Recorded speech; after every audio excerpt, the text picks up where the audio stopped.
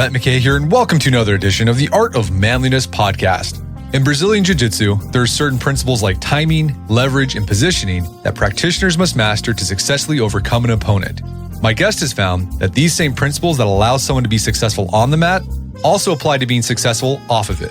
Rener Gracie is the co-owner and head instructor of Gracie University and the author of The 32 Principles, Harnessing the Power of Jiu-Jitsu to Succeed in Business, Relationships, and Life. Today on the show, Rener shares how he's used some of the core teachings of Jiu-Jitsu, like the pyramid principle and the river principle, in his business, and how he can use them to grapple with all kinds of obstacles in life. After the show's over, check out our show notes at aom.is/BJJ Principles.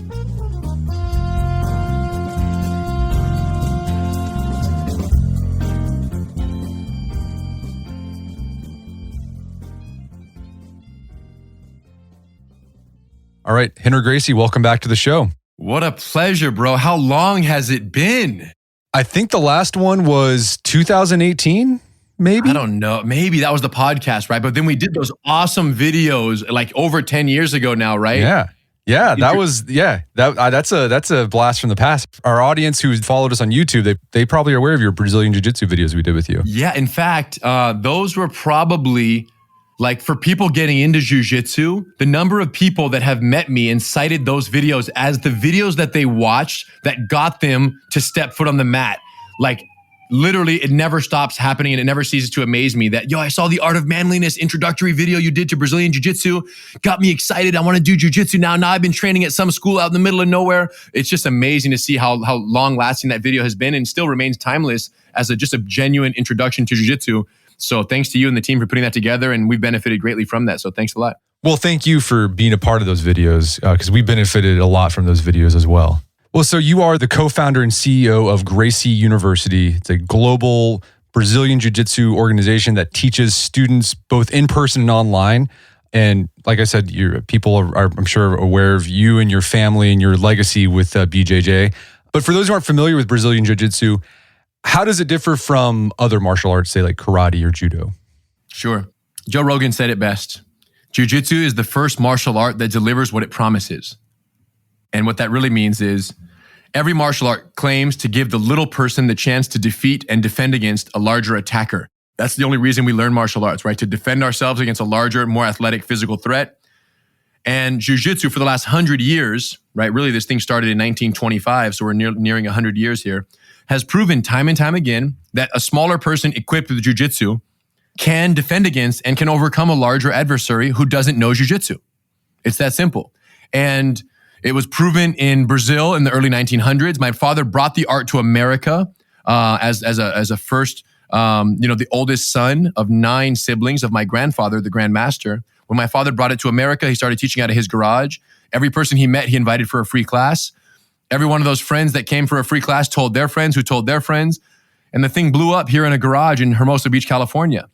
In 1993, my father co-created the UFC, Ultimate Fighting Championship, with the simple objective of putting all the different martial arts on display on pay-per-view television so that spectators around the world could see what really works and what doesn't work when it comes to a real fight. My uncle, Royce Gracie, was chosen as the family representative in UFC 1 and was intentionally much smaller than all the other participants in the tournament, the fighting tournament. It was an 8-man tournament. You had to win 3 fights in the same night in order to win the championship. And there was no weight classes, no time limits, and essentially no rules in terms of what you could do in the octagon. There was no gloves even. People didn't have to wear gloves like they do today in mixed martial arts. So when my uncle Royce went in there as the smallest person and defeated these giants in UFC 1, 2, and then again in UFC 4, the world was put on notice. All of a sudden they go, wow, this is crazy. This little guy who looks like he's going to get pummeled is defending himself and overcoming these giants with these beautiful nonviolent techniques of jiu-jitsu. So basically it was a big infomercial for jiu-jitsu and it was successful.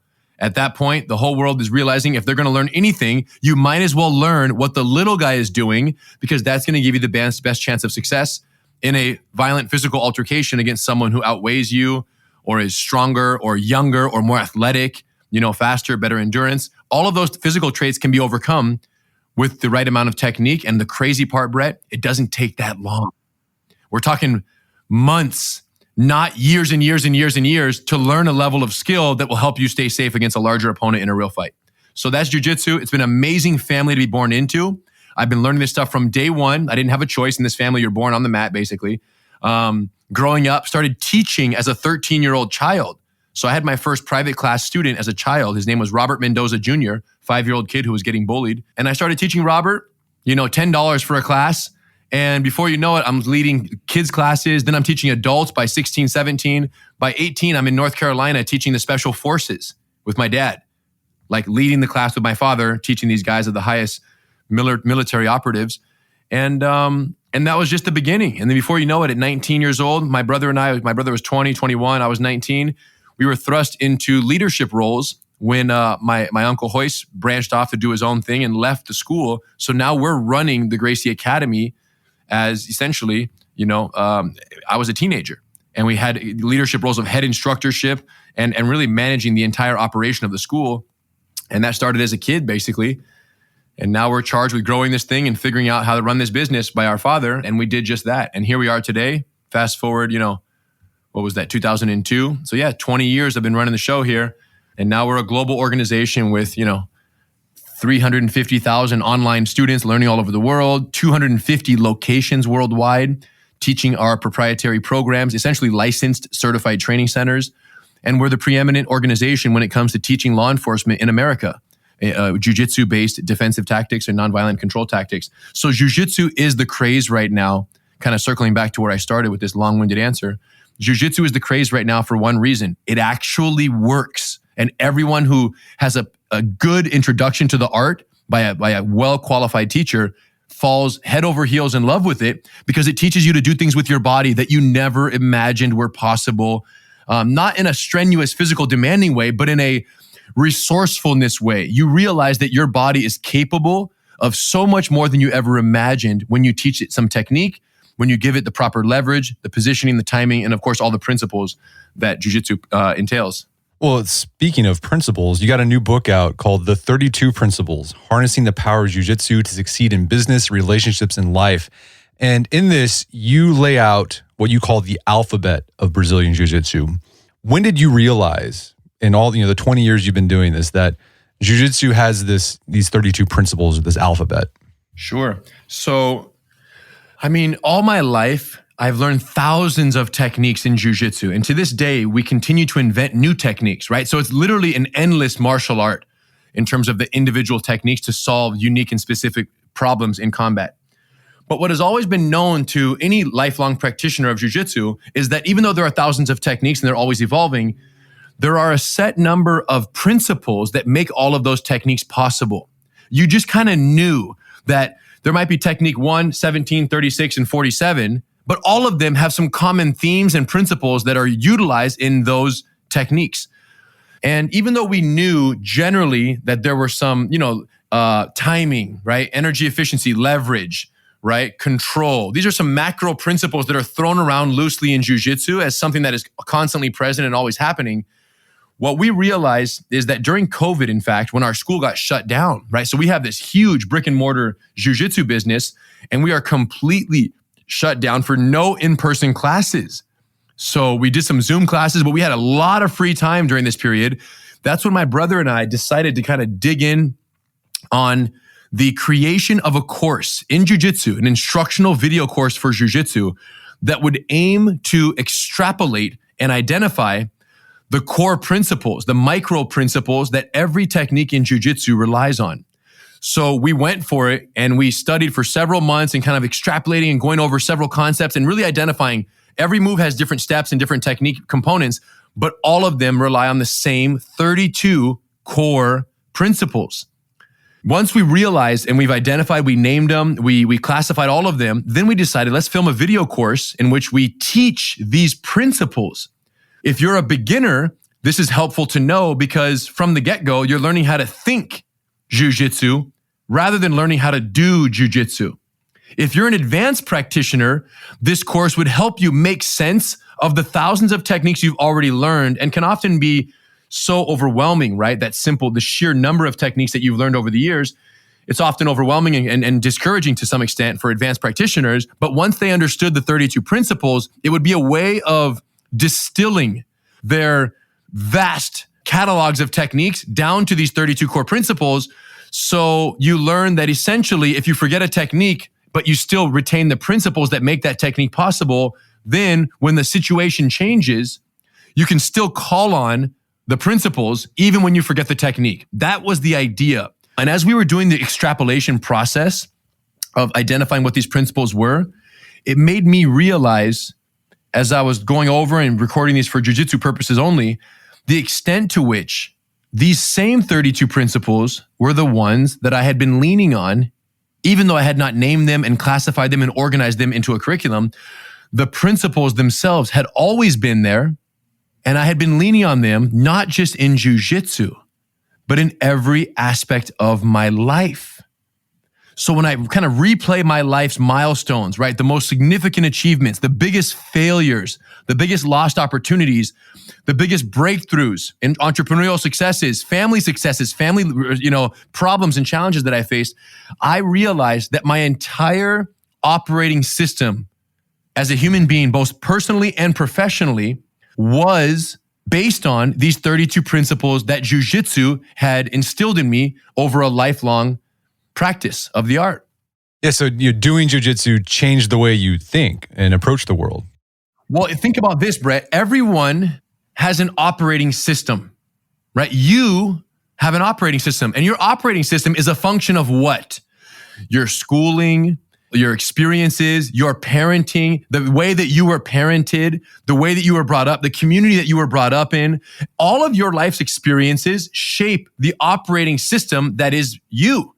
And then whatever your operating system is will determine how you react and respond to different indicators, challenges, threats, opportunities, different stimuli in your life. All of those will be responded to based on the conditioning of your operating system, right? The computer is only as good as its operating system, and as is true for a human being. And what jiu-jitsu does for us, Brett, is every single day we step on the mat, jiu-jitsu presents us with the most robust and the widest array of challenges, opportunities, struggles, adversities, obstacles that you can possibly imagine. So it's like doing jiu-jitsu every single day teaches me how to face every challenge you can imagine in a fight. But the metaphorical connection between these obstacles and adversities that we face in a fight to the obstacles that we face in everyday life could not be any clearer, right? When people are faced with a high stress situation in life, they respond in panic, they respond with anxiety, uncertainty, if they're not conditioned to deal with high stress encounters in a more technical, proficient, and a strategic way. So in jiu-jitsu, the line goes like this.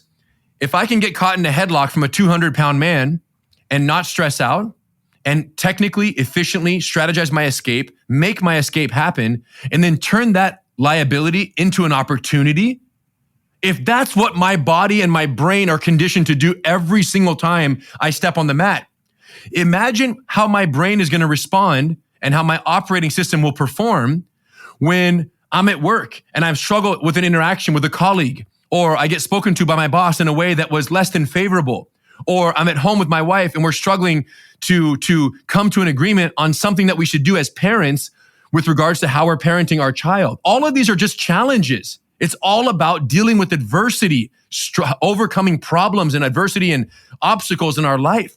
So when you dive headfirst into the regular practice of jiu-jitsu, you become these principles. You become this operating system that is so comfortable dealing with adversity and dealing with the struggles and challenges that are presented in a fight, that when you apply those same ideologies into everyday life, everything just kind of is easy. Well, let's talk about some of these principles and how they have application beyond the mat. And the first principle you start off with is connection. What role does connection have in jiu-jitsu? Well, thanks for asking. You know, the number one thing that I try to explain to people who are doing jiu-jitsu for the first time is that your body is an incredible tool or weapon, however you want to do it, whatever connotation you want to give it. It's much more capable than anything you've ever imagined. It's like, imagine if you had a Swiss Army knife, right, which has 17 different, utility applications on that little Swiss Army knife. But all this time, Brett, you've only been using the knife. And then someone told you, Brett, there are 16 other tools on this little contraption that you can use to improve life, solve problems, and overcome challenges. You would say, holy cow, there's scissors, there's a magnifying glass, there's a toothpick, there's tweezers, there's a nail file. Oh my gosh, like you would lose your mind if you had been living 25, 30, 50 years thinking that a Swiss Army knife was only a knife, to only then find out that you were just barely scratching the surface. So in jiu-jitsu, people use their bodies to connect to their adversary in ways that you would never imagine connecting to another person. So when you think of connecting, you think of grappling, you think of using your hands to grab, maybe your feet to push or kick. And that's about it, right? Maybe your arms to hug. But what you learn in jiu-jitsu is every single surface on your body serves a distinct and uniquely effective purpose in the overall context of a fight. So when you talk about your foot, yes, there's just a foot, right? There's the sole of your foot that you would push with. When you do jiu-jitsu, we have the bottom of the foot, the sole. We have the top of the foot, the instep. We have the ankle, the bend of the ankle, which is used for hooking. The instep is used for sliding. The toes are used for digging under someone. So I can flex my toes up and use them for digging. My heel is used for piercing. The Achilles behind my heel is used for hooking, like a spur on a cowboy's boot. I can hook someone's body and connect to them that way. So just with my foot alone, you've learned 5 connections that you might not have otherwise known your foot was capable of if not for the practice of jiu-jitsu. So what you learn through the practice of jiu-jitsu is how to use your body in ways you never imagined possible. And then all you say to yourself after a little bit of practice, you go, wow, how crazy that I was operating all that time just with the knife, when in fact, my body was capable of all 17 applications that I never knew were possible. And it's a very enlightening, empowering, experience for a human being to go through after so many years of thinking their body was capable of walking, running, jumping, and dancing. That's what feet are for. That's it. No, that's just the beginning. There's so much more. So when I talk about the life and business application of this connection principle, what that translates to is really diversifying and constantly improving and increasing the tools and tactics that you're using to connect with the world, right? So as someone who's trying to share jiu-jitsu with the world, when I injured my back at 18 years old, I had a back injury, lower back injury. I suffered a herniated disc during a training accident. I was training much crazier back then. So the accident happened, and now I'm much more intelligent about how I train and how we teach our students, so this doesn't happen. But it happened then, had a surgery. I was out for 10 months. During that 10-month hiatus, I thought to myself, wow, what if I can never do jiu-jitsu again? What if I get hurt again when I'm 25, 27, 35, 39? What if I get to the point where I can't teach jiu-jitsu for the rest of my life? My tool, my body, I can't use it. How do I share this art with the world? That feeling of frustration and uncertainty led to the birth of Gracie University, an interactive online learning center in which we upload videos of every one of our unique programs so that anyone, anywhere in the world could learn everything that we've learned, my brother and I, in order that would optimize retention and progress. So lesson 1 leads into lesson 2. Lesson 2 builds on lesson 1. Lesson 3 builds on 1 and 2. It's the only linear interactive online learning center for martial arts in the world, where every single lesson is built on every single previous lesson. And as a result, students from all over the world are able to learn everything we've learned, everything we know in jiu-jitsu linearly from their living rooms. So when we talk about connection, this was a situation where we enhanced the way that we're connecting with the students, and we took it one step further. Some people complained that they didn't have a training partner in their garage. Their wife didn't want to do it with them, or their husband or their son or parents. So they're on their own. So we created a new classification of training center called the Gracie Garage to pay homage to my father's days in the garage in the early 1970s and 80s. So a Gracie Garage, Brett, is a classification on Gracie University of someone who wants to make their home a unofficial at-home training center. So that basically they list themselves on the website and they say, hey, this is my home. And if you're interested, please message me through the system here and let's talk. And if your vibe is right and my vibe vibes with yours, we're happy to invite you over to the house for a training session. And the number of friendships and connections that have been made amongst training partners all over the world, Brett, because of Gracie University online learning and because of this garage classification of an unofficial at-home training center.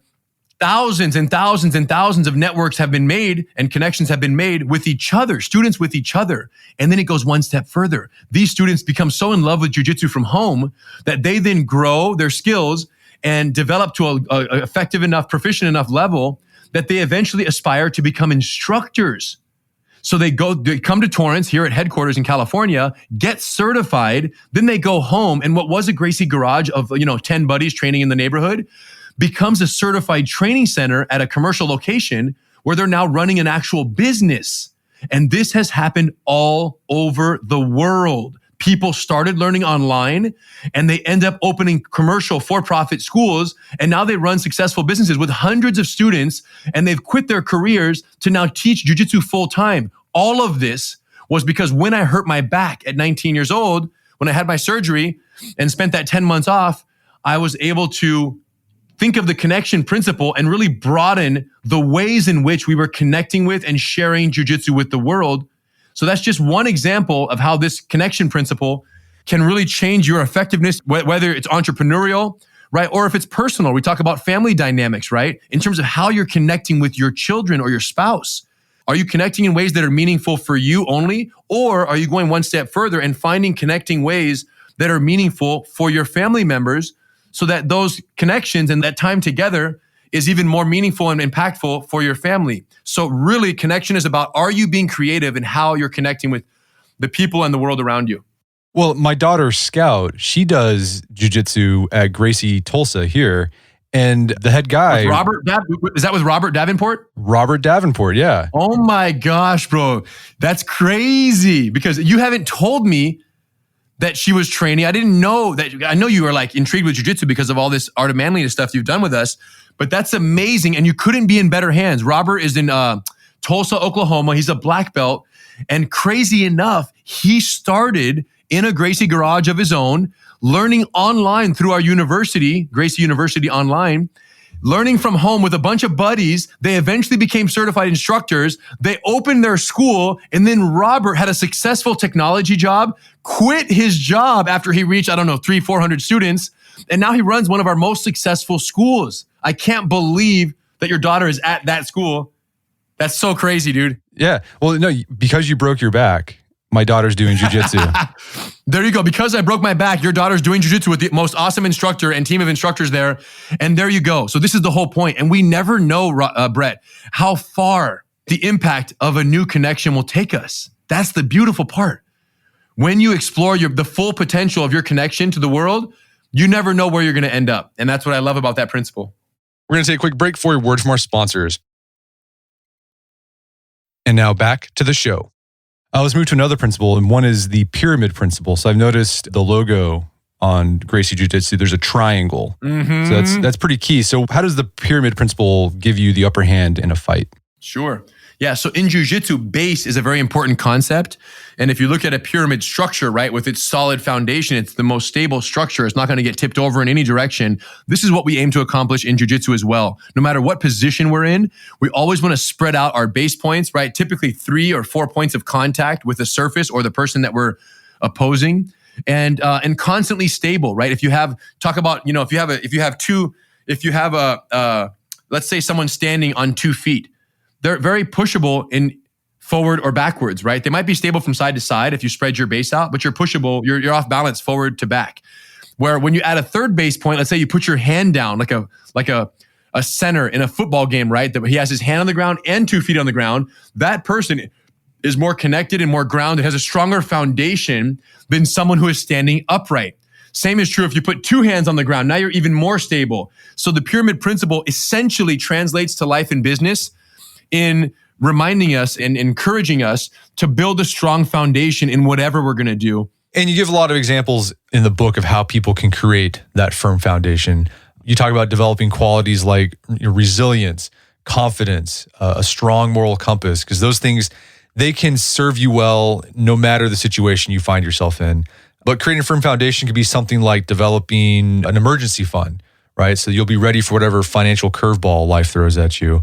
And you also talk about applying the pyramid principle in your career or in your business by developing new skills, or if you own a business, developing another revenue stream. It's like adding those new skills or those new revenue streams.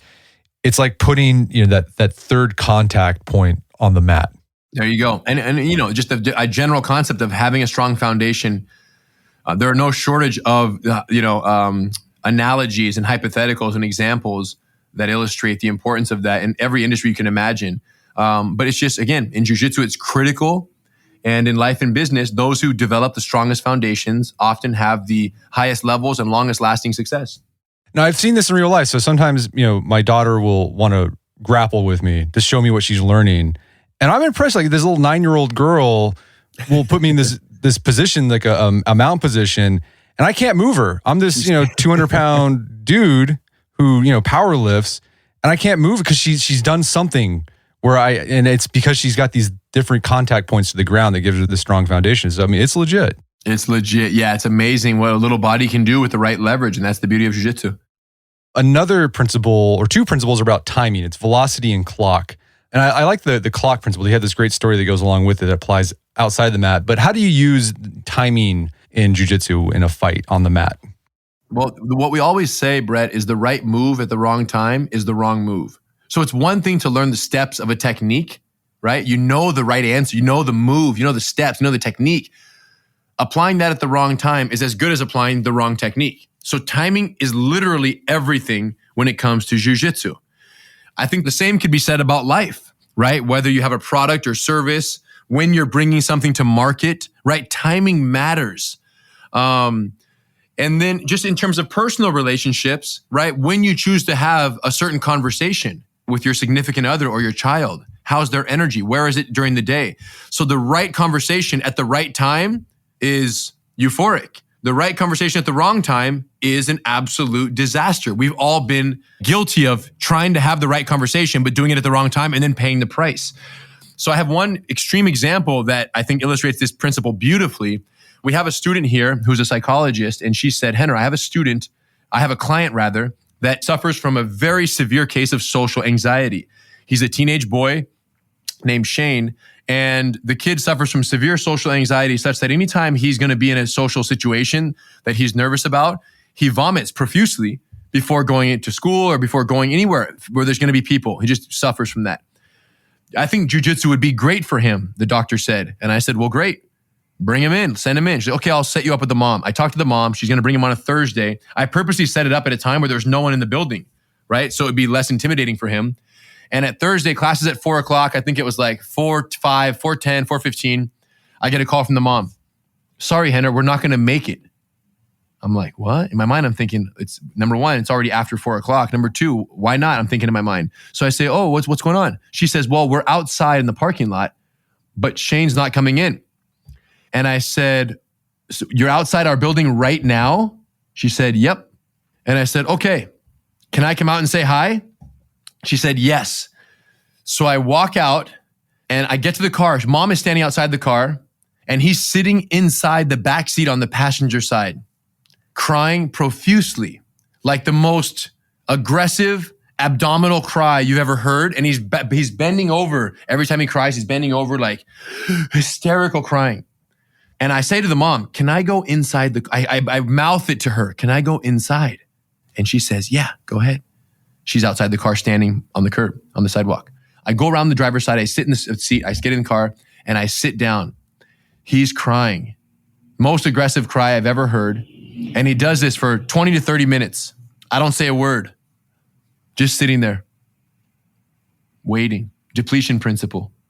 Letting him burn it out. Nothing's happening. Just relax. Just watching, chilling. No judgment. And he finally sits up. He ran out of energy, ran out of steam. He sits up quietly, breathing normal. And I say, what's up, Shane? I'm Rener. What do you like to do for fun? A little off guard by the question, he goes, video games. I said, cool. Tell me more. We talk about video games for 15 minutes. And I don't play video games. So I'm just talking about his life. Life is good. Video games, tell me everything. Finally, we're having a conversation, Brett, and it's totally normal how we're talking. Everything's fine. Like as if we know each other. We're talking in a very casual, relaxed way. And I feel that, wow, there's a connection here now. We're cool. We're okay. He's here, he's present, and he's safe, and he knows he's safe. Then I say to him, I said, hey, bro, I know it was hard getting here, but I would like to give you a tour of the facility if you'd let me. Would you come inside with me so I can show you around? Yes. So he gets out of the car, we get out of the car, mom is following us, we go in the building. And in my mind, Brett, all I'm thinking is, if I do not do jiu-jitsu with this guy today, like do a technique, like get him on the mat, I will never get him back. But if I do get him on the mat and we do jiu-jitsu, we're going to get him for life. He's in. So I'm giving him this tour, and all that's crossing my mind is, how am I going to get this guy to do jiu-jitsu? Because if I ask him, hey, do you want to do jiu-jitsu? What's he going to say? No, and run out of the building. Hysterical probably, right? Like it's going to be a lot for him. So we're walking around and we pass by one of the private training rooms, the personal training rooms, which is just an empty room, 12 by 12 feet with mats on all the walls. And I open the door and I step in and I step on the mats without my shoes on, bare feet. I'm stepping on the mats and I say, Shane, check this out. These mats are so soft. Take off your shoes and come check it out. See for yourself. Told his mom, come on in too, mom. She came in. He took off his shoes. He walks in. I close the door. We're on the mat. I say, hey, have a seat. Let's talk for a sec. I sit him down. I lay him down on his back. I get on top of him with his permission. And I say, hey, bro, how would you escape if someone was on top of you like this? He tries a couple different things, doesn't work. I switch roles. Okay, now let me try with you. He gets on top of me. I escape rather easily. He's like blown away, like, wow. I'm like, you two, you do it now. He does the move. He's successful. Wow, that was awesome. Let's go again. He does it again. 1 hour passes. I showed him 6 or 7 different techniques. His mom is sitting in the corner of the room with tears coming down her eyes, not saying a word. And him and I are just enjoying jiu-jitsu together. Full connection, clock principle perfectly applied. Patience in the car, right? No rush. And velocity in the school. As I was walking through, when I opened the room and I had my one chance, I took it. Hey, come on in. See how soft these mats are. Got him. Once I got him in the room, got him down with all the love in my heart. Got him down, showed him a technique. I knew he would love it because I've been doing this forever. He falls in love with jiu-jitsu. He continues to be a student of ours. The next time he came back to the school, it only took me 15 minutes to get him out of the car. And the third time, it only took 7 minutes. On the second or third visit, he got out of the car, he went to the bathroom, he threw up, and then came out, got his gi on, and went to the class. You see what I'm saying? But he made it. He pushed through. Got him involved with another instructor here who became his main instructor for several years. He started doing group classes with other students, which was totally unexpected by his mom and his father.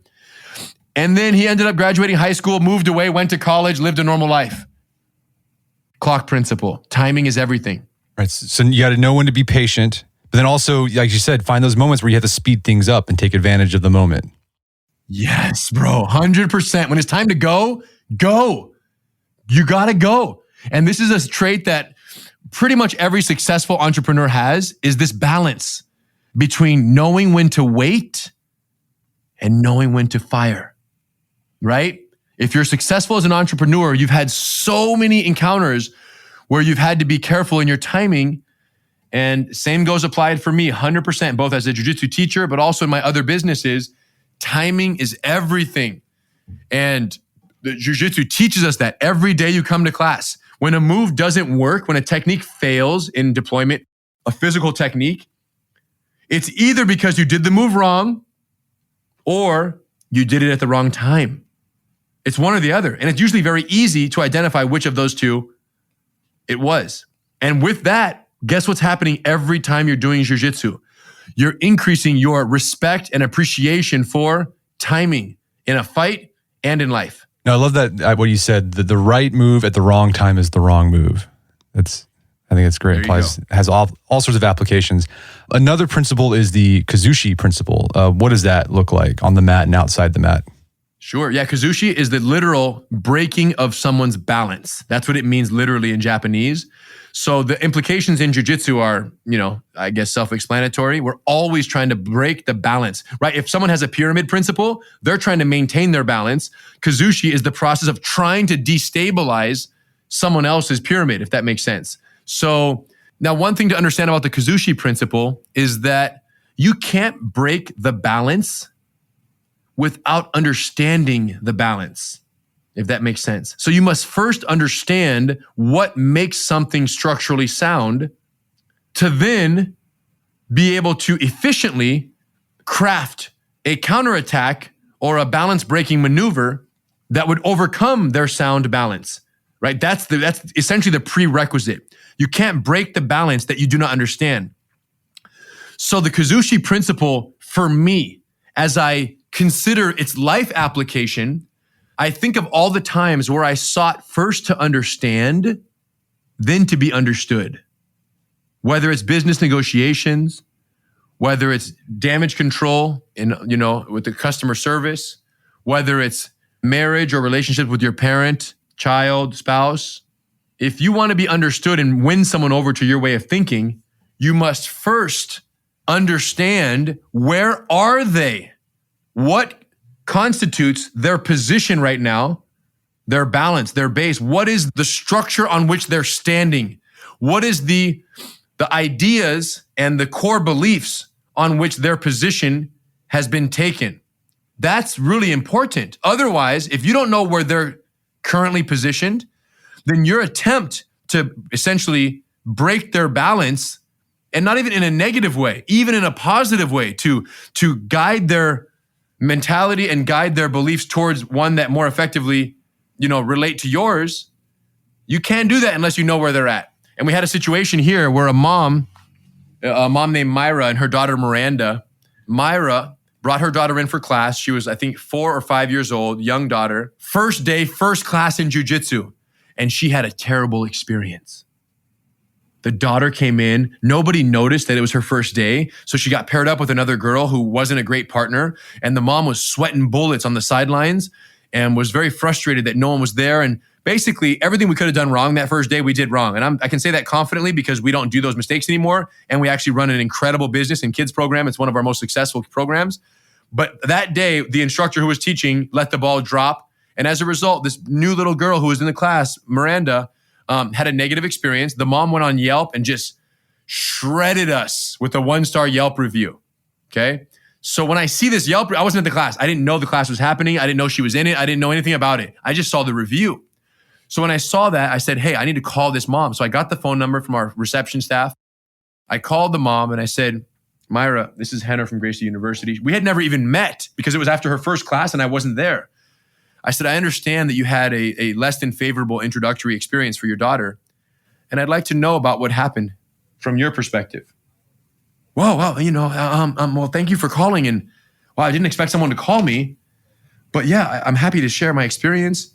Already she was caught off guard by my approach and by the fact that I truly wanted to understand where she was at before proposing any solutions or resolution to this. Forget all of that. Where are you and what happened and how do you feel about it? Started with her. And I'll tell you, Brett, she opened up big time on her feelings, on what she perceived to be wrong with how the class was administered. Everything you could imagine, she shared with me. And when she was done spilling everything, and she was not sharing this stuff with anger in her voice. She was sharing it as a concerned mother and someone who really wanted to provide profound feedback so that this wouldn't happen to other families. And I really appreciated that perspective. And I think her energy was matching of mine. I was inquisitive because I wanted to learn and grow from this. So at the end, I said, Myra, I can't thank you enough for taking the time to share your thoughts on this experience. And because you're sharing it, this will never happen to any other kid ever. Already, after reading this, I've gotten ideas for how I want to change how classes are administered so this never happens again. I said, but more importantly for right now, I feel like because of our mistakes, your daughter, who you wanted to empower with jiu-jitsu, didn't get the introduction to jiu-jitsu that she deserved. And that's the saddest part of all of this. What I propose, if you'll accept it, is that I would like to give your daughter a one-on-one personal introduction to jiu-jitsu so that she can get the introduction she deserves and that you wanted for her. We can do that. And if you would like to join her in the class, you're absolutely permitted to do that. I would be the one teaching the class. So I would love to have both there if you would be willing. And she said, Rener, I can't believe it. This is so kind. I appreciate it. Of course, we would love that. In fact, the reason I brought my daughter is because I always wanted to do jiu-jitsu, but I never was able to when I was younger. So now that I'm a mom and I can afford to bring her, I'm bringing her because I was never able to. So I would love to do the class. And that's amazing. You're so kind. So we did the class and I brought one of my assistant instructors, Bobby, a female instructor of ours, into the class with me. So we taught two of us with two of them, had the best time. And at the end of the class, I said, you guys, how did you like it? Oh my God, this was amazing. We want to keep going. This is so amazing. I said, here's what I'd like to do. I would like to sponsor your month, a full month of private classes with Bobby so that you guys can get off on the right start here and build the solid foundation of the basics in a personal one-on-one setting. And then after that, if you want to go back and do the group classes with all the changes we've implemented, you're going to love them. You're going to do great. But I think classes with Bobby would be a great start. They did that. They loved it. And they continued training and life went on. And it turned a 1-star Yelp review into a 5-star Yelp review, and they turned into lifelong customers. So you threw that mom off balance by responding, and you responded really positively or politely to her negative review. Because nobody expects to have their negative review responded to, let alone responded to in such a positive manner. So, you threw her expectations off. And then in doing so, you managed to turn something negative for your business and for this person into something positive. As you're describing that, it seems like you did the Kazushi principle with Shane as well, right? Like he had a foundation. It might have been maladaptive, but it was working for him. And you had to figure out, like, where's this guy at so that you could put him off balance in a positive way and get him on the mat. I think so. And it seems like this Kazushi principle and the clock principle are connected. I imagine in jiu-jitsu, you have to maybe spend some time to figure out what's this guy doing? Where's he at? What's he got going on in this space so that I can put him off balance? And that happens in life too. Sometimes, with this mother and daughter, it took some time. Like you had to use that clock principle so that you could get her off balance. Yes, 100%. And you're totally right in that many of these principles, they coexist and they're applied side by side. And sometimes one technique will have 4 or 5 principles applied to it. That's important to understand, right? Principles aren't techniques. Techniques are techniques. Principles are principles. And one technique may consist of 3, 5 principles in the same exact technique. And you're totally right that there may be some degree of Kazushi in dealing with Shane, and there may be some degree of the clock and velocity principle in how I dealt with Myra and Miranda. Totally 100%. And there's many of these stories in the book where we kind of highlight the main principle. But yes, just like you're doing now, automatically you start making your own connections and going, wow, that story also included sprinkled elements of these 3 other principles. And when you start thinking about it in that way, you've become the principles of jiu-jitsu. All right, so let's talk about one more principle, and that's the river principle. What does this look like? Sure. Yeah, the river principle is great. When the water is flowing down the river and the rock presents itself, the water doesn't bother with where the rock is. It simply flows where the rock is not. In jiu-jitsu, this is so important because so often, Brett, precisely what you have planned to do to your opponent is neutralized by the fact that they see it coming and they change their behavior to prevent your technique from being effective. And when that obstacle is presented, you have 2 choices. One is to confront that obstacle head on, clashing with it and try to overcome it with brute force, which is inefficient and easily preventable. Or when the obstacle presents itself, the immediate question should surface of, okay, great. One door closes, the other one opens. Where's the opportunity in adversity right now? That's it. And if you think about, people, organizations, nations, why is it that some people struggle and drown when faced with adversity, right? When we talk about a personal obstacle, an organizational setback, or a national health crisis like COVID. Why is it that some organizations kind of suffer and drown while other organizations flourish and thrive when presented with the very same obstacle? Why is that the case? Because the individuals and organizations and nations that thrive tend to focus on what is the opportunity in that adversity instead of focusing on the obstacle in that adversity. In jiu-jitsu, this is something I do every single day. When something doesn't work, right away, my first question is, well, what opportunity is now available as a result of this previous opportunity no longer being available? That's it. That's the first question. And it's not even a conscious question. It's a subconscious response to an obstacle. So what a beautiful concept to have learned and to reinforce in every day of practice on the mat. But even more so for life and business. Yeah, I think we've all experienced the river principle in our lives at some point. I know I have. Like when I had those moments where I hit some obstacle or challenge, and my initial response is just to like bang my head against the thing over and over again, thinking that my increased efforts will solve the problem. But I just ended up just beating myself down. And when I learned how to adapt to the obstacle, that's when I started making progress again. And an example from my own life here is like I used to be really serious about powerlifting. It was my passion. I was supremely dedicated to it. But a few years ago, I started having some injuries just from getting old and things like that. And my initial response was I had to figure out how to make my regular powerlifting routine work. And I tried and it just ended up caused me to just be frustrated.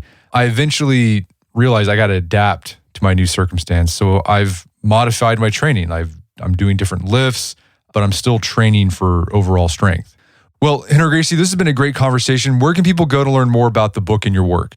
So the book, it publishes on August 22nd and is available everywhere books are sold.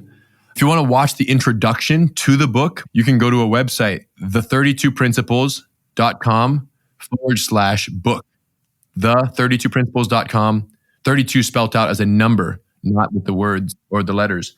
And you'll see the video. You can watch the introduction. You can read the foreword. Jocko Willink, the Navy SEAL, former Navy SEAL and entrepreneur, author extraordinaire, was kind enough to do the foreword for the book as a avid jiu-jitsu practitioner himself.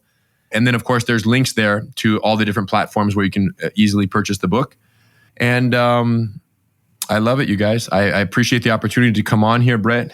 Congrats on all the success over all these years. It's been great to watch you guys grow as well. So thank you for the opportunity, Brett. Well, Rener, Gracie, thanks for your time. It's been a pleasure. My pleasure. My guest today is Rener Gracie. He's the author of the book, The 32 Principles. It's available on Amazon.com and bookstores everywhere. You can find more information about the book at the website, the32principles.com. Also, check out our show notes at aom.is/bjjprinciples, where you find links to resources where you delve deeper into this topic. Well, that wraps up another edition of the AOM podcast. Make sure to check out our website at artofmanliness.com, where you can find our podcast archives, as well as thousands of articles that we've written over the years about pretty much anything you think of. And if you haven't done so already, I'd appreciate if you take 1 minute to give us a review on Apple Podcast or Spotify. It helps out a lot. And if you've done that already, thank you. Please consider sharing the show with a friend or family member who would think we get something out of it. As always, thank you for the continued support. Until next time, it's Brett McKay, reminding you to listen to the AOM podcast, but put what you've heard into action.